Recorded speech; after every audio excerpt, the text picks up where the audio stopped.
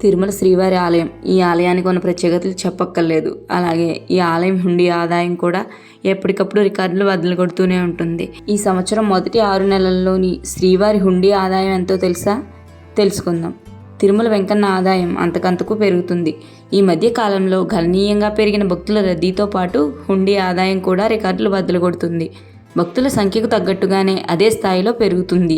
ఆపదముక్కులు తీర్చే స్వామికి కానుకలు సమర్పించే భక్తకోటి తిరుమలేశుడి ఆస్తుల విలువను అమాంతంగా పెంచుతోంది. వెలకట్టలేనని బంగారు ఆభరణాలు వెంకన్న సొంతం కాగా ఈ ఏడాది మొదటి 6 నెలల హుండీ ఆదాయం అక్షరాల 670 కోట్ల 21 లక్షలు. ఇదిలా ఉంటే ఈ ఏడాది జనవరిలో 116 కోట్ల 40 లక్షలు, ఫిబ్రవరిలో 111 కోట్ల 71 లక్షలు, మార్చి నెలలో 118 కోట్ల 49 లక్షలు, ఏప్రిల్ నెలలో 101 కోటి 63 లక్షలు, మే నెలలో 108 కోట్ల 28 లక్షలు, జూన్ నెలలో 113 కోట్ల 64 లక్షలు శ్రీవారి హుండీకి కానుకలుగా వచ్చాయి.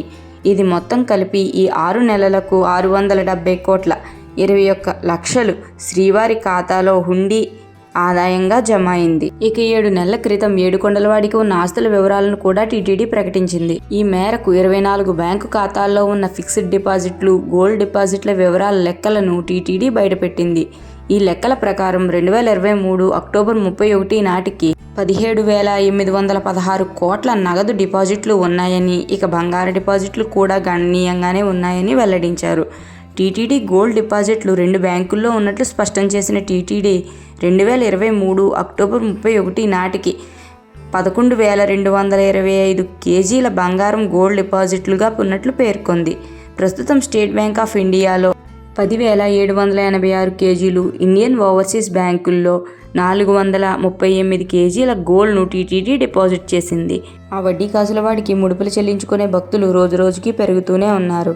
అలాగే ఆయన హుండీ ఆదాయం కూడా పెరుగుతూనే ఉంది. ఇలా 2024 మొదటి 6 నెలల నాటికి శ్రీవారి హుండీ ఆదాయం 670 కోట్ల 21 లక్షలుగా రికార్డుల్లో నిలిచింది. మరి మీరు ఎప్పుడైనా తిరుపతి వెళ్ళారా? వెళ్తే కామెంట్ చేయండి. మా ఛానల్ని లైక్ చేయండి, షేర్ చేయండి, సబ్స్క్రైబ్ చేయండి. Thanks for watching.